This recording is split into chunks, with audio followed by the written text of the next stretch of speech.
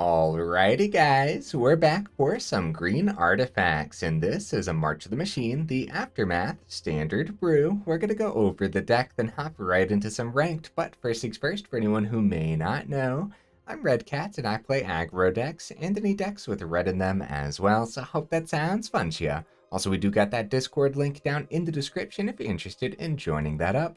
Okay, what do we got packed into the build here? Teething Wurmlet is a 1-mana 1/1 that we don't get to see too often, surprisingly.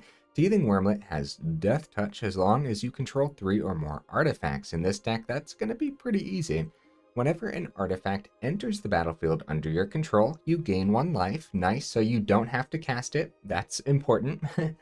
If this is the first time this ability has resolved this turn, put a +1/+1 counter on Teething Wurmlet. Pretty powerful 1-drop, guys, it really is.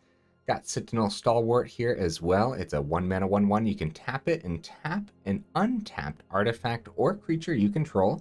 Add 1 mana of any color. This works pretty well with a lot of the artifacts that we got in here. Let's just keep going over it in order, though. So we got a couple Ozoliths here. The Shattered Spire. This is a 2-mana legendary artifact.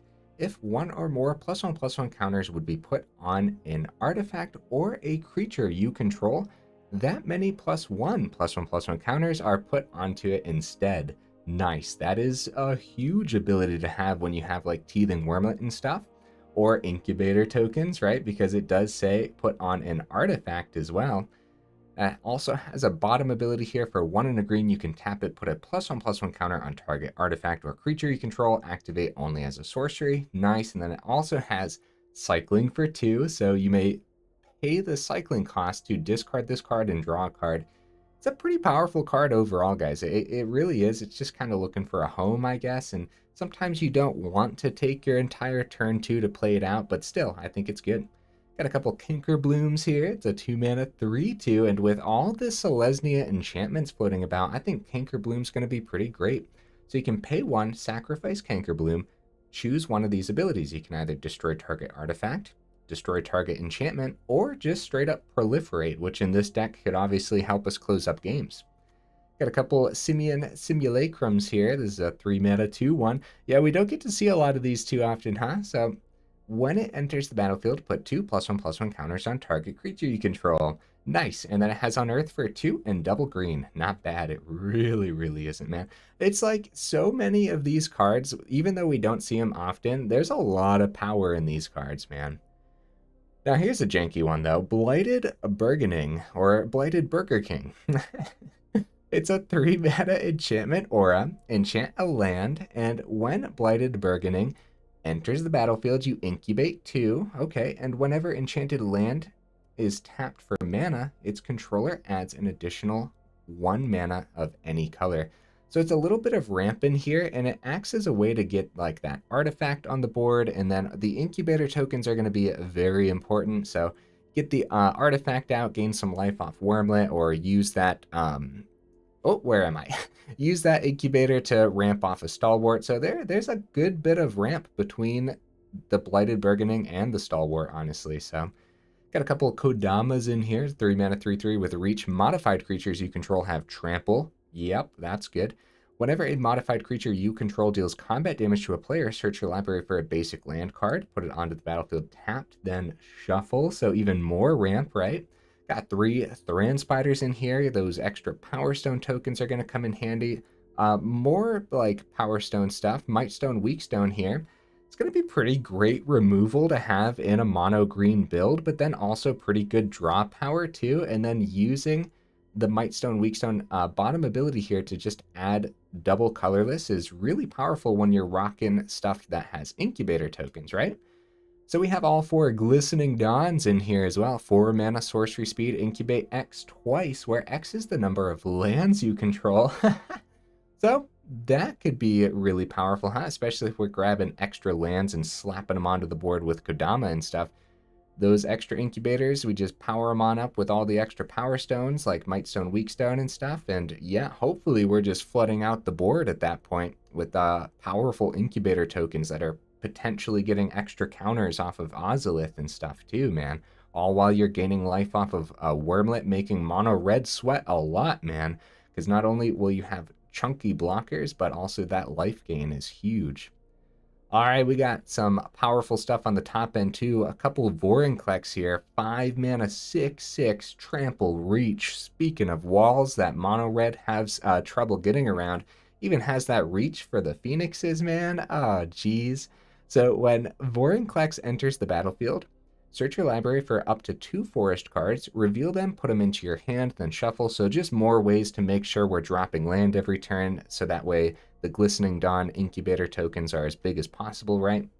But it also has a bottom ability here for 6 and double green, which is definitely worth ramping up into, man. So for 6 and double green, exile Vorinclex, then return it to the battlefield transformed under its owner's control, activate only as a sorcery, and it comes out transformed as, what, how do I see the transform side? It's like I've never played this before, or it's bugging out and I don't. How do I see the transform side of Vorinclex, guys? I don't know right now, but it's a powerful saga. It has ways. It mills cards for the first chapter. It mills like 10 cards, then you can return some creature cards from the grave that you milled that way onto the battlefield.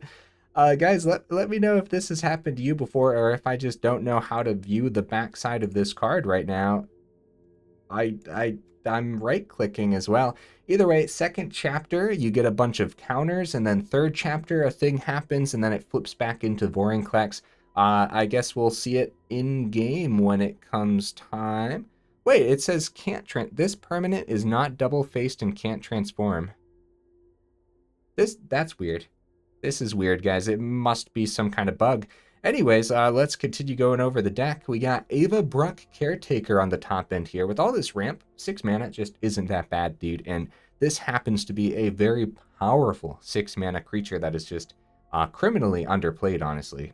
Probably because green is underplayed overall, but 6 mana, 4/4 with hexproof. At the beginning of combat on your turn, put 2 +1/+1 counters on another target creature you control. It's got daybound, nightbound, so on the night side, it transforms into Hollowhenge Huntmaster, which is a hexproof creature. Again, it's a 6/6. Other permanents you control have hexproof as well. Wow. At the beginning of combat on your turn, put 2 +1/+1 counters on each creature you control. And so if we're going wide with those incubator tokens, this could be absolutely insane, dude. So I think I'm going to like the one of on the top end. Got a couple Titania's Command here. It's a 6 mana sorcery. You get to choose 2 of these. Exile target player's graveyard. You gain 1 life for each card exiled this way, so that could come in handy. You never know. We are seeing a lot more Reanimator recently. Or you can have search your library for up to 2 land cards, put them onto the battlefield tapped and shuffle. Again, just more ways to have land for the Glistening Dawn to make sure those incubator tokens are nice and chunky. And then, yeah, maybe we give them trample with Kodama or something. Sounds pretty cool. Or you can create 2/2 green bear creature tokens, or put 2 +1/+1 counters on each creature you control. Now remember, you get to choose 2 of these. This card happens to be pretty good. The last couple times we played with it, it really closes up games, man. All those extra counters too, modifying all of our creatures, sounds good. Hall of Tagsin made the cut this time, finally. So you can pay 1, tap it, add 1 mana of any color, or you can just tap it to add a colorless, or you can pay 4, tap it, create a tapped Power Stone token. That could be good. The Drannith Ruins made the cut this time. The only human in the deck is actually the Avabruck, and at that point, if you're paying 6 mana, you're not going to have the extra for the Drannith Ruins anyways. But I thought we'd give it a shot, so you can tap it for a colorless, or you can pay 2, tap it, put 2 +1/+1 counters on target non-human creature that entered the battlefield this turn. It could be as simple as having nothing else on, like, turn 3, and you play a Wurmlet for 1, and then, or I guess it would be turn 4 at that point. Sorry, guys, because you got to tap the Drannith Ruins as well. But you never know. We got 8 1-drops in here, and none of them are humans. So paying 1 for a 1-drop and 3 to buff it a couple times. Maybe you got Ozolith on the board at that point too, so extra counters. Feels like it should be pretty good, man. 22 forests, a single who endures, and a bunch of honorable mentions that I'm actually not going to go over, but they're over here. I'll go over the names. We got Haywire Might I thought about. The Opportunist I thought about a little bit because it gives you a Power Stone. The Vorak, the Proliferate on this can be insane. Jugan is underplayed Pelucrano since it's mono green, but do have the Halls and the Drannith that would probably hold this triple green up. Same concept with Tribute of the World Tree. Tranquil Frillback is a pretty good card, man. You definitely want to consider this. The extra mana and then destroy target artifact or enchantment especially would come in handy right now with all the Selesnya enchantments floating about. Thought about Sorak and Gorklaw on the top end, but I think I like Avabruck more here.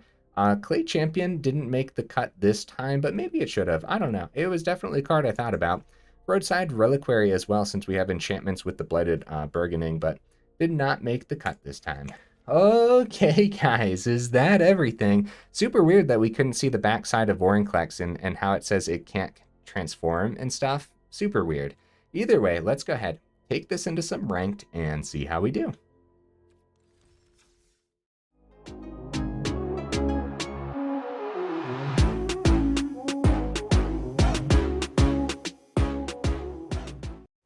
Okay, we'll see if we can get right into that first game, guys. Now, bear with me. There was just an update, and the client is a little slow. Like, the sections where it says waiting for server have been a little bit longer, so hopefully we'll be fine. There we go. We found a game right away, so that's good news. Oh, man. Only 2 land. You know what? I'm going to try it. Why not? Why not, man? We'll be fine. We got a ton of 1-drops to draw into, a fair bit of 2-drops, I guess. Well, not really, but... And a ton of land to draw as well. We'll be fine. Totally be fine. Okay, Avabruck, sure. Why not? I'll swing. It's Fading Hope we just play the Stalwart again. It's most likely Consider, though. Huh? I see the Consider. There it is. Okay, some mono blue, so at least we know what we're facing. Come on, guys. Come on. First game, let's not get punished for not mulliganing. Mulliganing? Words are weird, guys. Thran Spider. Oh, no. Oh, no, guys. Okay, we're fine. We're fine. There's still 7 1-drops. There's 4 2-drops. So that's 11 cards there, and I believe 25 total land? There's the Fading Hope at the end of turn. At least we got the damage through first. Yeah, I believe we have 25 total. There's the 2 utility lands, there's the legendary land, and then 22 forests. So yeah, 25. Oh, okay, thank goodness. Oh, crap, now everything's gonna get countered, though. Oh, no. Okay, what do we want to land the most? I guess our creatures, right? So we try ramp with... That's a really good counter, though. Let's try Thran Spider. I feel like a counter on the Blighted Burgeoning is way worse for us than the Thran Spider counter. Okay, make disappear number 1 is out of the opponent's deck. Yeah, so now we gotta play the catch-up game. We only missed a land for 1 turn, which isn't that bad. But it's bad enough when you're up against mono blue. Oh, they got the Djinn down. Okay. More land, not bad. We don't mind seeing it. So make disappear for 1. So I guess we start with the Stalwart to make sure it lands.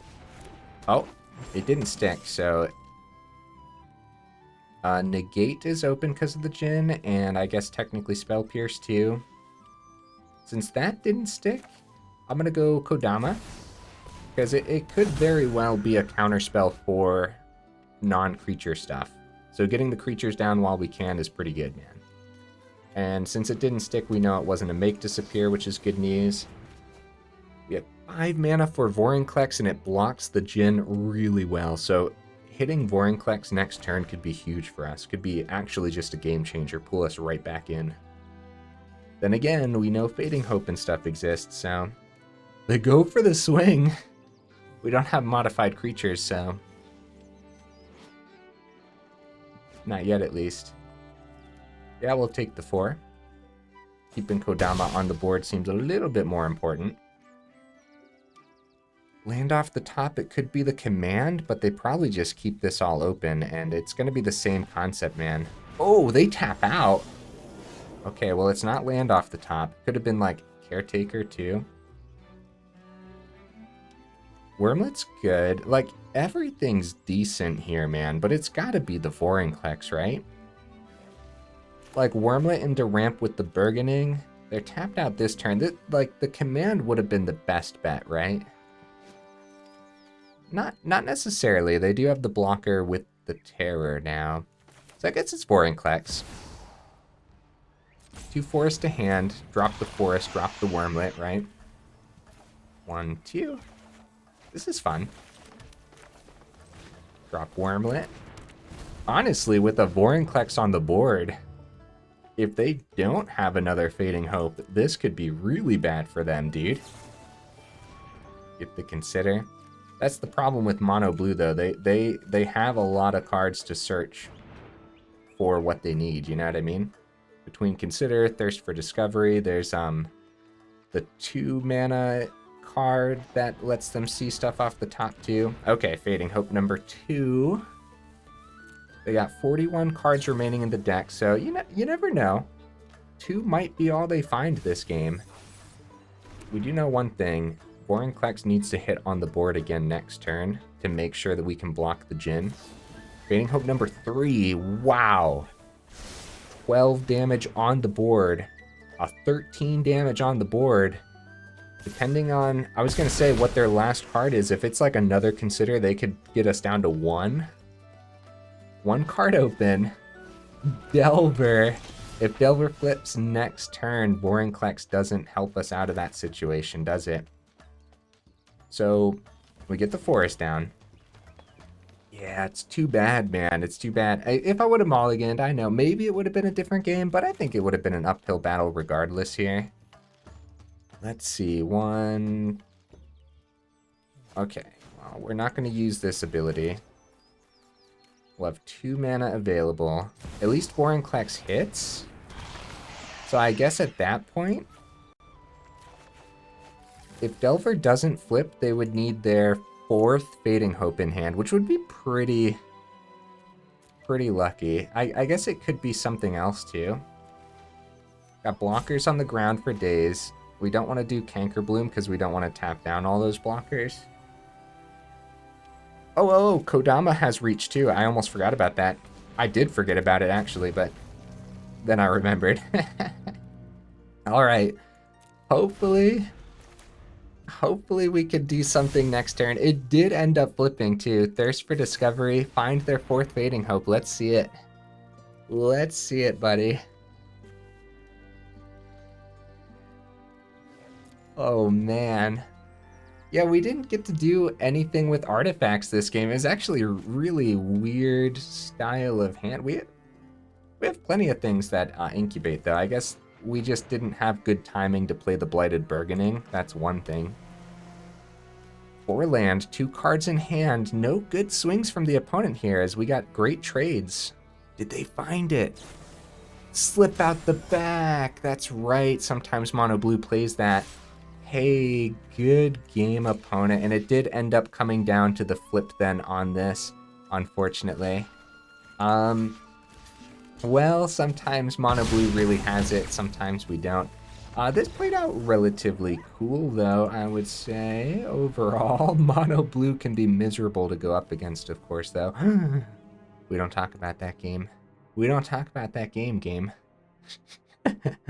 Oh, man. Let's go ahead, hop into the next one. That waiting for server there, that's what I was talking about, taking a little bit extra time today, but it looks like it might actually be fixed now. It's taking a little bit of time, but let's see if we can get a little bit of a better hand at the start here, and I'll get a little less greedy with my mulligans as well to make sure we can do something. Okay, opponent goes first, unfortunately. I don't think this would be a mulligan. It seems relatively solid, although, you know, 8 1-drops in the list. Oh my goodness, well, gotta do something fast. That's not fast, that's land. Oh, Spell Spear. Okay, we got mono red prowess, potentially. Oh my goodness, more land. Oh no. Oh dear. Oh dear, guys. Well, Blighted ramps us. We don't get to flip. If we go Simian, at least it... Oh, at least it blocks. Oh, that's good. Glistening Dawn's really good. At least this blocks, but it probably gets wiped right away, right? If we go ramp with the Burgeoning, then maybe... Are we dead already? Was this just too slow of a hand for mono red? I'm gonna go Burgeoning over the block on the Simian because I'm pretty sure this might just get burnt right away, but I guess that would be burn not hitting our face like it is now. Power up Foundry? Nope, just more Lightning Strike. So Lightning Strike would have hit the Simian. GG opponent, at least it was a fast one, man. It happens, it happens. All right, let's keep going, man. You know what? I actually have a little bit of faith in this build, too. Let's see, if we would have had a 1-drop, we would have had at least a blocker for that first turn. If I would have played Simian, still would have gotten burnt by the Lightning Strike. They still had 10 on the board from the Prowess. The Prowess, like that's scary business, dude. If you don't got removal for that, when they flip that Spell Spear or whatever it was called. Okay, here we... Oh, dude, best hand of the evening, easily. Oh my goodness. Where's the artifacts, though? Okay, we're fine, we're fine. Go Stalwart first, I would say. Because there's always a chance of seeing another 1-drop off the top, so we'd go Forest, Worm... Actually, we can go into Cankerbloom, 2-drop, actually. Yeah, they get the Poison Ball rolling. Skrelv's Hive, sure. Man, another Forest, okay. So go Wurmlet, then we have 2 mana for the Cankerbloom. Cool. It's not bad. It's a little weird. Maybe I don't have enough artifacts packed in, but I'm pretty sure I do. Like, it's like one or the other, you know what I mean?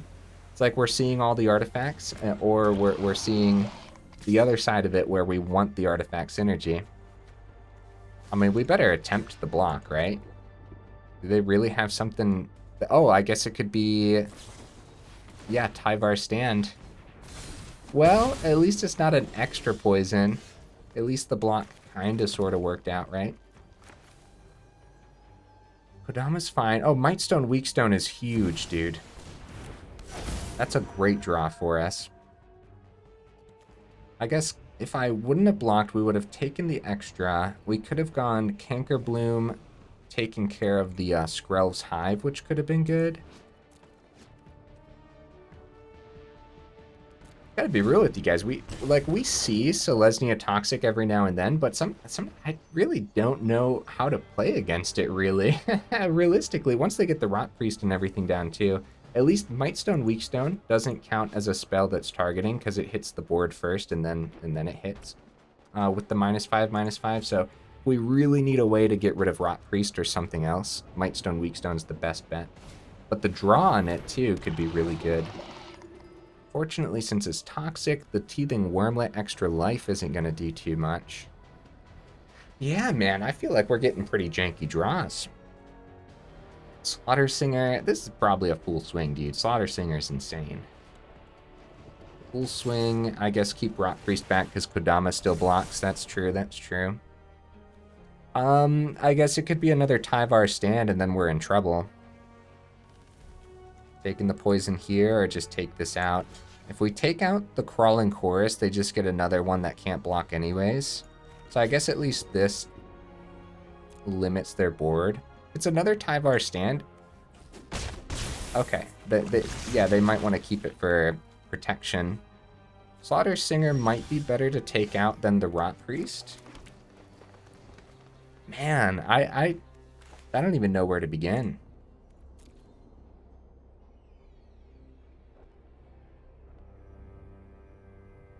Like, the Who Endures could be good. Take out the Skrelv's Hive. Gets rid of their lifelink as well.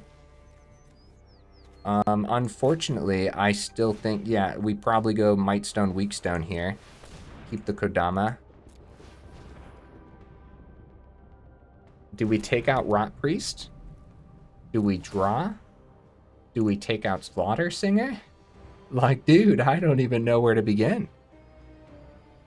It's all kind of a pain, right? Probably Rot Priest. I would think so, at least. I guess if it's going to be protection, now's the time to give the hexproof. There we go. Okay. That's good news. So I guess we keep Kodama as a blocker. So drawing off the Mightstone, we might have just perished next turn, man. Okay, Slaughter Sigurd number 2. I think the Rot Priest was the best target there then. Swing, swing, buff, buff. Now the Kodama trades into one of these, which is really bad, but we should probably take the trade. Then we got to get rid of the Skrelv's Hive. Yeah, dude, uphill battles today, huh? Overall, I think it's still a cool version of green. I just don't think we're seeing it, unfortunately, man. Hopefully the last couple games we can get a little bit luckier. There we go. Titania's command is great. If we tap down Mightstone, Weakstone with the Stalwart, probably bears and counters, right? Bears and counters. And then tap down Mightstone, Weakstone.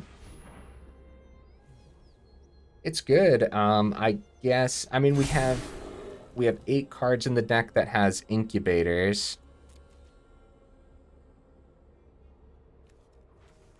Okay. Hopefully that's enough to block for now. We still got to get rid of that Skrelv's Hive at some point, but, like, the command was a really good draw. Destroy evil on the Wurmlet. Okay, they found a piece of removal, or that's what they were holding in hand, actually, I'm pretty sure. Double buff on the Singers. Oh, only a single buff because it's another creature. So we block both of these. Take 6. Dang, what did they draw? They full swung pretty confidently there, guys. This is concerning. They get another Tyvar stand. It looks like it. They did. Okay, well, we're down to 1 bear. And they got plenty of cards, man. Okay, good blockers, good blockers. The land is terrible, but yeah, we gotta take out that Skrelv's Hive. Also, Who Endures on the Mirrex could have been good too. Like, they have the Mirrex open to generate these mites every turn, so if they see land for the rest of the game, they're kind of good to go. I guess we play the land, and they're at 34. We're at 6 poison. So they just full swing every turn until we're dead. We need to see something that's not a land. Although the Titania's command, that was really good, dude. That was really good. Keep the Slaughter Singer back, so it's not going to be another Tyvar stand from the opponent this time. Take you, take you. Now they have the Mirrex open, so it's like I said, we're in some serious trouble. Seat of the Empire off the top. Oh, buddy, we're getting wrecked, dude. Hey, Wurmlet, nice. All right. So, if we didn't take out the Rot Priest, we would have drawn 2. Maybe that would have helped us. We take 2 up to 8. Maybe drawing 2 would have been better than the Rot Priest, but we also probably would have just been dead by now with the targets with the Rot Priest. They see a chorus off the top. We see another land. Oh no, guys. Well, I hope you're still having fun with the video. Every now and then we have to get significantly unlucky, unfortunately, but you never know. It might be the way I put the list together as well, so that's why I always say more testing's required. Good game, opponent. I did my best to stick that one out, huh? Man, 7 land on the board. Mightstone, Weakstone not doing anything because we didn't get any, like, incubates or anything. Woo! It was pretty bad. That was pretty bad. I wonder if we could successfully drop down to 24 land. The problem is, the more land, the better, because once we actually see our 4-drop that incubates, it incubates for the number of land we have on the board, so you can get some pretty chunky creatures, and at that point, I guess you're just hoping for a lot, apparently, in the current standard state, but I don't know. It feels like we shouldn't be hoping for too much. Oh, no. well, I feel like I should be concerned. But we got a turn 1 play. We got enough. Oh no, guys, send help. I'm gonna keep this. All right. I feel like we have the potential to draw beautifully. And I feel like we really shouldn't think that the deck would draw poorly either. Like, it's got a relatively alright curve, right? Mono red is bad news bears. Oh yeah, there we go. Oh my goodness, we actually like see artifacts when we have a Wurmlet. That's beautiful, man.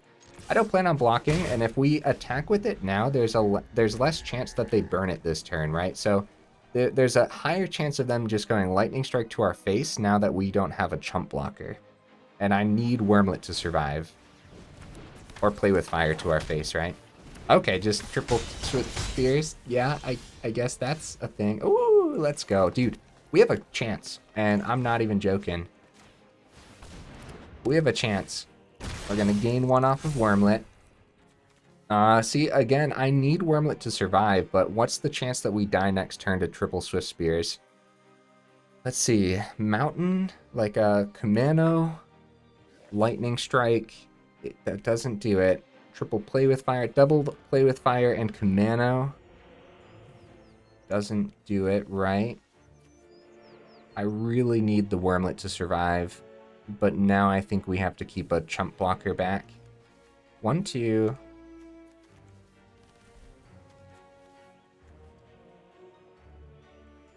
I'm going. I'm going, man. I don't want them to burn the Wurmlet. We're going for the life gain, guys.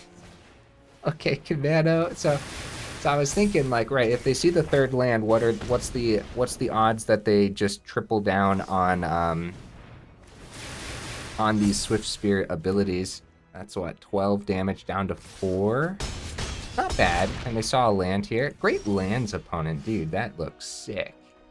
I haven't seen that land, actually, on Arena before. Another land. Okay, Mightstone, Weakstone hits a Swift Spear. We gain 1 up to 5. We're dead. We're super dead. We keep Wurmlet back to block 1. Kumano's going to buff. They have a land here. They have 1 card in hand. They're going to be drawn.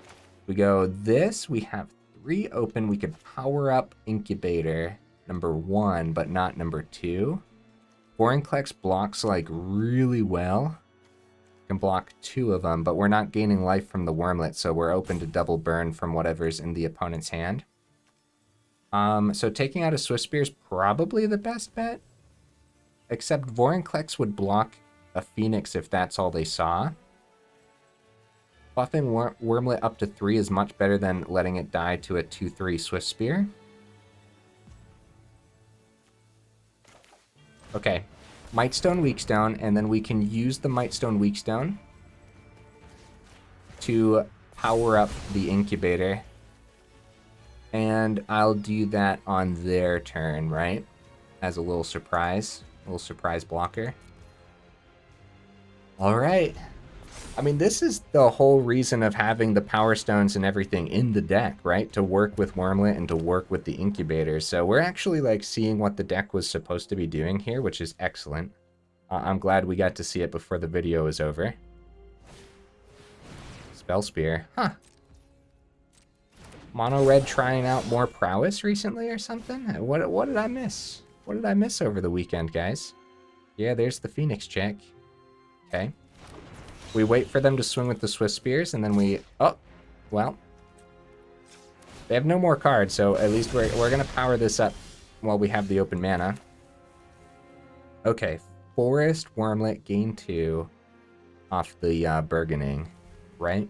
That would be pretty good for us. This Phoenix Chick isn't going to end this game next turn. Not if we're gaining 2. So, Wurmlet.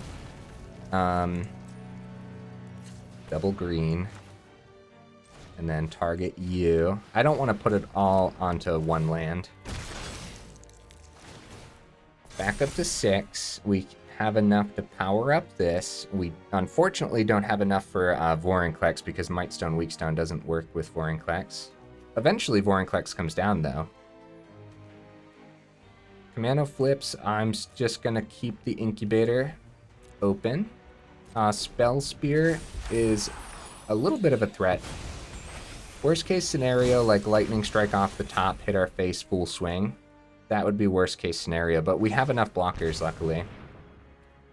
Yep, that now has Prowess. Luckily, we have Death Touch on the Wurmlet. They're gonna go burn onto one of the creatures instead, or just swing in the air again with Phoenix Chick. Buy their time. Yeah, they don't know we're gonna have Reach soon. Buy their time until they find more burn, and we need to find more artifacts, man. I'm just gonna power this up. Since that was their swing, we might as well power up. Down to 5.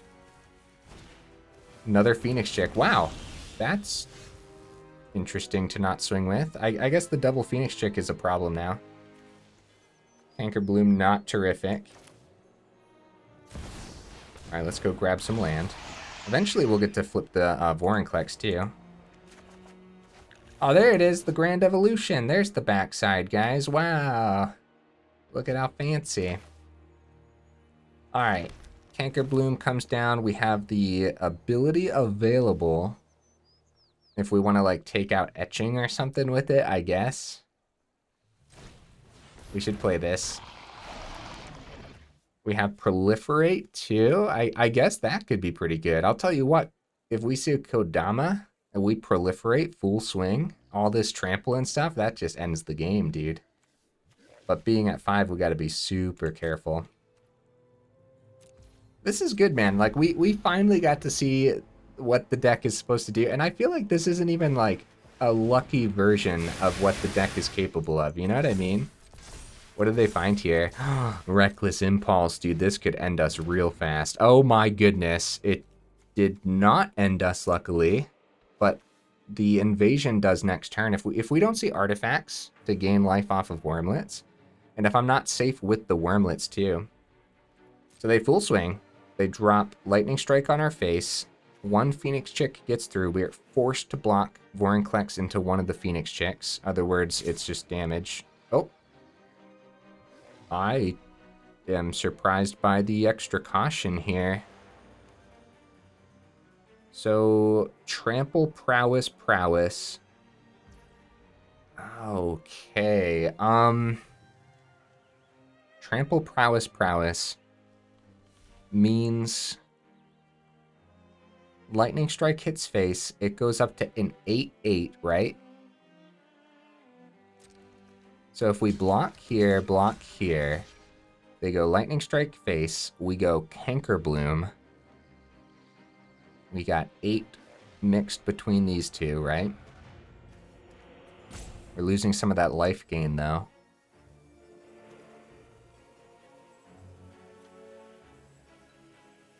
If they don't go Lightning Strike face, okay. I guess this is fine, right? I'm thinking of this correctly, I believe. So now we go Proliferate on Cankerbloom. As soon as we can. As soon as we're allowed.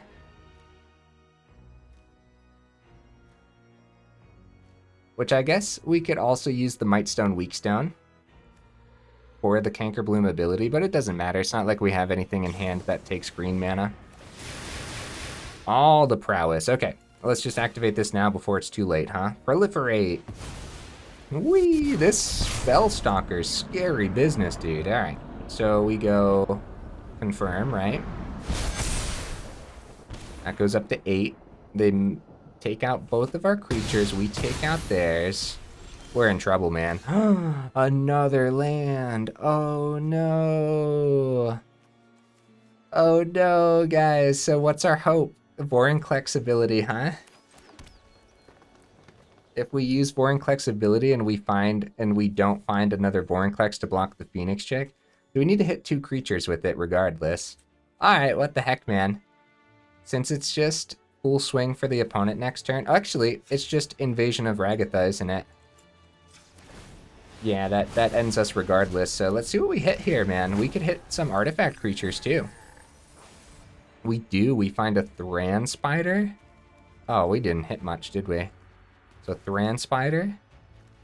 That gains us 2 life back. and lets us block in the air with reach. And Kodama lets us block in the air with reach too.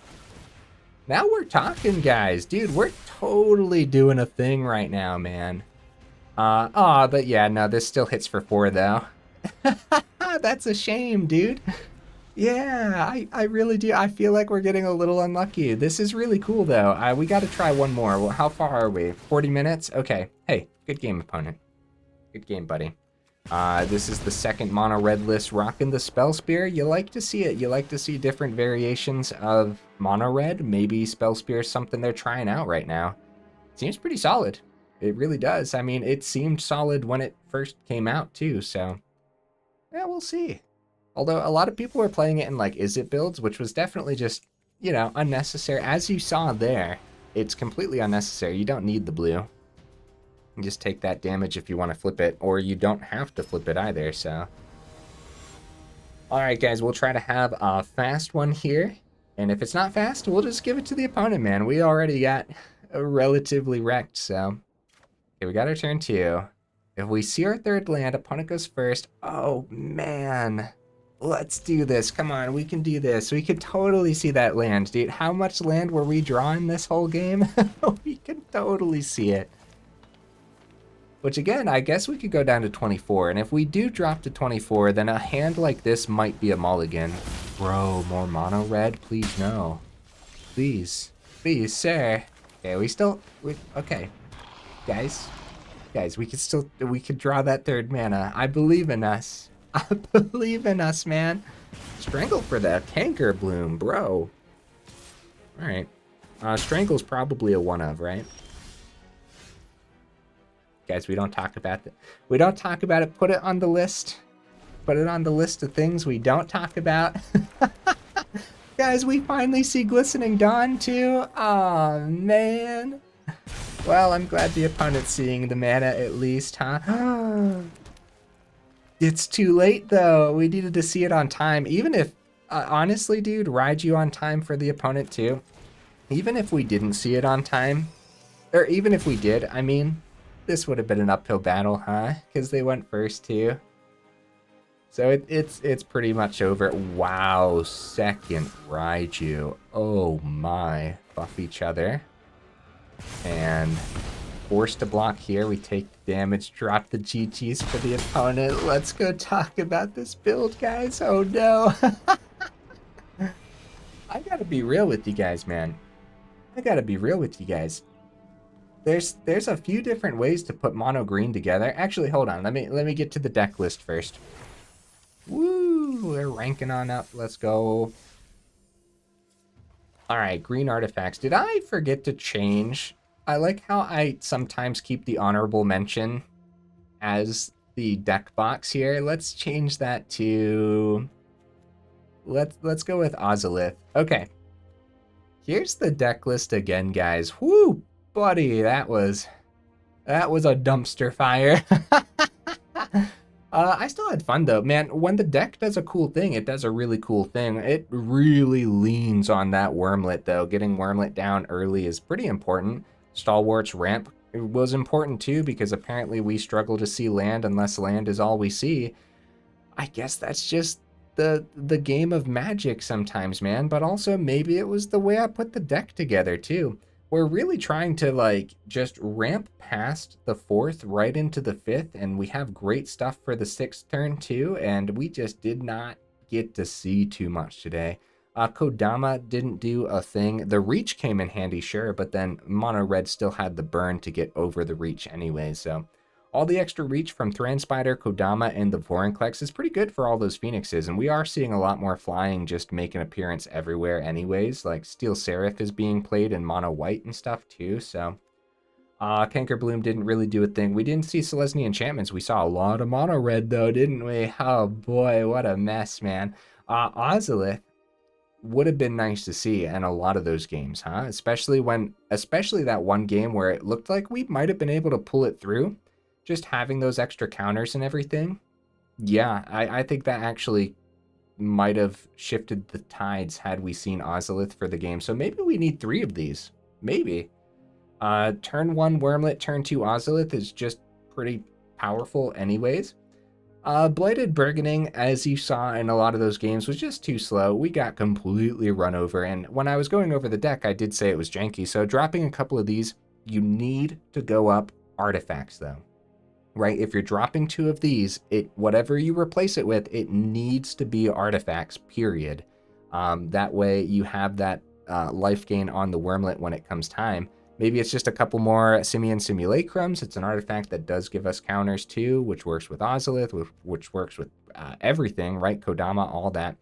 Man, if we would have seen Glistening Dawn today, maybe some of those games would have been different too. I feel like we just drew terribly, though, unfortunately. And I apologize. Whenever we get matches like that, I know sometimes the matches aren't as fun to watch as when we're actually just like obliterating. But apparently, in those games, apparently we need to be playing like a control style deck with a lot of board wipes, dude. Those were scary. That was all scary. We got completely run over in most of them, so... Glistening Dawn is really good, though. Last time we played with it, it was an MVP, and we actually got to see it and play with it, and the incubators are always huge. And again, if we saw Glistening Dawn, like in that one game, again, the mono red game where it looked like we could have pulled through, had we seen Glistening Dawn while we had the double Wurmlets, we would have gained 4 life, man. And we might actually still be in that game. And we might have actually won too. Glistening Dawn's pretty important. That's why we got all 4 of them. And ramping into it is not unheard of, I guess, because of Stalwart, right? So I go turn 1 Stalwart, turn 2 Ozolith, turn 3 tap Ozolith Stalwart into the Glistening Dawn, get 2 incubator tokens that are 3/3s with the counters, but they'd be 4 counters each, right? Because of the Ozolith at that point. So on turn 3, so turn 4, you could power up both of the Glistening Dawn incubator tokens at that point too. So I don't know, man. There's some really cool lines of play. I like the Vorinclex a lot. I think ramping into Vorinclex is super easy when you have all 4 of the Blighted Burgeonings too. So what would I do then? I mean, I'm really just I'm really just trying to explain some of the decisions of the deck, but I don't know. I guess if we would have gotten luckier, but you could say that about any deck then, realistically. So it's going to be janky. It's definitely something I got to consider when I put it up on Aether Hub, putting it under the jank tag, right? But how could we make it a little better? I would drop 2 Blighted Burgeonings. I would drop 1 Mightstone Weakstone. That gives us 3 cards to add to the build. And it would probably be a single Thran Spider and maybe both Simian Simulacrums, because I really like the 3 drops. The Thran Spider works so well with the Wurmlet life gain. How do you guys feel about that? I think that could be pretty good. And actually, I might, down in the description, put an updated list down there as well, just for the sake of consistency, just in case people want to try it out, right? So that's what I would do, man. I would drop a Mightstone Weakstone, because it happens to be pretty expensive. As good as it is, and as good as you'd think it would be for powering up the incubator tokens, we just don't have enough in here to create incubator tokens. Since we're dropping a couple of the Blighted, that's even less incubator tokens, so the Mightstone gets much worse, but the card draw and the removal is pretty good for green anyways. So we drop 1, drop 2 of the Blighted Burgeonings, gives us 3 cards. We go up 1 Thran Spider to 4 and go up to the 4 Simian Simulacrums, and maybe the deck would be a little bit more consistent at that point. We got 25 lands, man. Bro, I'll tell you what, man, I think we got pretty unlucky. You guys will have to let me know down in the comments, though, what you think. Either way, man, if you made it this far into the video, then for real, y'all are champions. I super duper appreciate you, and I will see you in the next video.